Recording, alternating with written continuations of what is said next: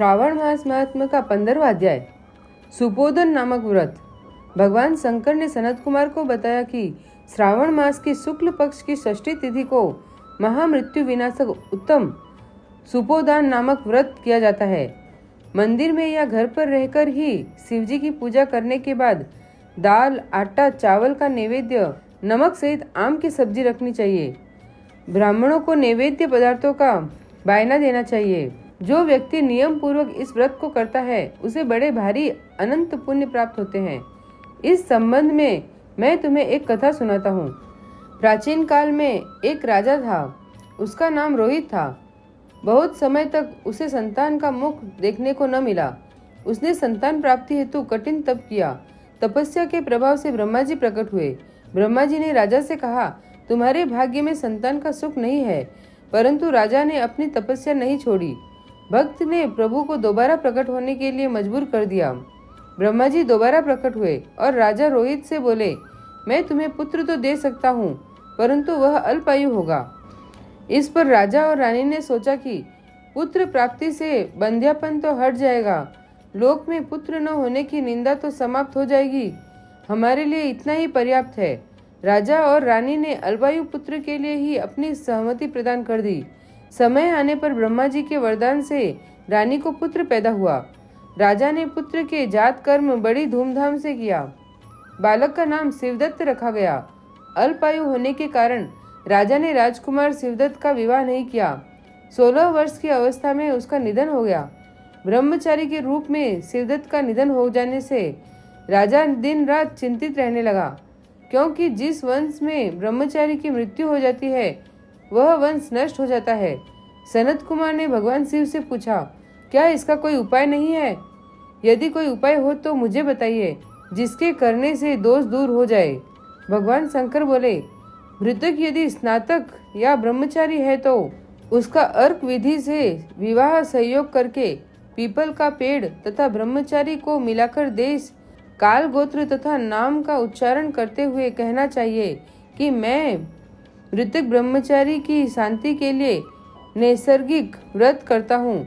सोने से अभ्युदयिक करके पीपल के वृक्ष की शाखा तथा सब को हल्दी और तेल से लेप कर पीले सूत द्वारा वैष्टिक करना चाहिए।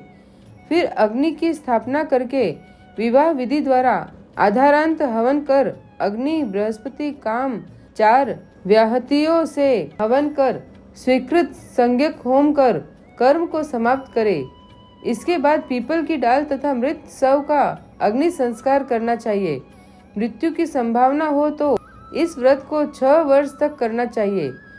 30 ब्रह्मचारियों को नए कौपीन देना चाहिए। खड़ाऊ, छत्र, माला, चंदन, मणि, प्रवाल तथा आभूषण देने चाहिए। इस प्रकार करने से कोई विघ्न नहीं रहता। राजा ने इस विधि को ब्राह्मण के मुख से सुनकर सोचा कि यह अमुख्य अर्क विवाह मुझे अच्छा नहीं लगा। विवाह होना ही मुख्य बात है। मैं राजा हूँ। जो कोई इस लड़के के साथ अपनी पुत्री की शादी करेगा, मैं उसे धन दौलत से मालामाल कर दूंगा। उसके राज्य में एक ब्राह्मण रहता था जो किसी कार्य से बाहर गया हुआ था। उसकी प्रथम पत्नी से एक पुत्री थी। उसकी दूसरी पत्नी बड़ी दुष्ट प्रकृति की थी। उसने धन की लालच में लड़की को देना स्वीकार कर लिया।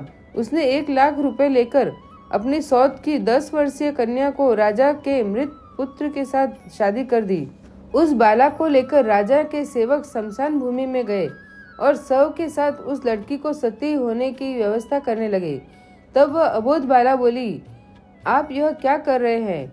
लड़की की बात सुनकर वे सब दुखी मन से कहने लगे, तुम्हारा पति मर गया है, तुम्हें इसके साथ सती होना है। यह सुनकर लड़की रोने लगी और बोली, आप मेरे स्वामी को क्यों जलाते हैं? मैं उन्हें जलाने नहीं दूंगी। आप सब लोग जाए, मैं यहाँ अकेली रहूंगी। यह जब उठेंगे तब उनके साथ ही आऊंगी। लड़की का हठ देखकर सब करुणा से द्रवित होकर चले गए। अब छोटी सी लड़की जो न कुछ समझती थी न कुछ जानती थी, सब के पास अकेली बैठकर भगवान शिव पार्वती को याद करने लगी। बार बार पुकारने पर करुणा के सागर शिव पार्वती नंदी पर सवार होकर शमशान में लड़की के पास पहुँचे। बालिका ने जब शिव पार्वती को देखा तो वह उनके चरणों में गिरकर अपने पति के प्राणों की भीख मांगने लगी। शिव पार्वती बालिका के बाल स्वभाव से प्रभावित होकर बोले, तुम्हारी माता ने सुपोदान का व्रत किया था।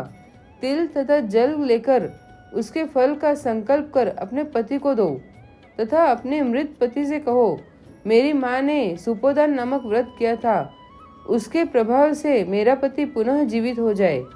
भोली भाली बालिका ने भगवान शिव पार्वती के आदेशानुसार वैसा ही किया। शिवदत्त तुरंत ऐसे उठकर बैठ गया जैसे कोई सोता हुआ उठकर बैठ जाता है। शिव पार्वती उस बालिका को व्रतोपदेश देकर अंतर्ध्यान हो गए। शिव पार्वती के अंतर्ध्यान होने के बाद शिवदत्त ने उस बालिका से पूछा, तुम कौन हो? मैं यहाँ शमशान भूमि में क्यों हूँ? बालिका ने सारी कथा उसे बता दी।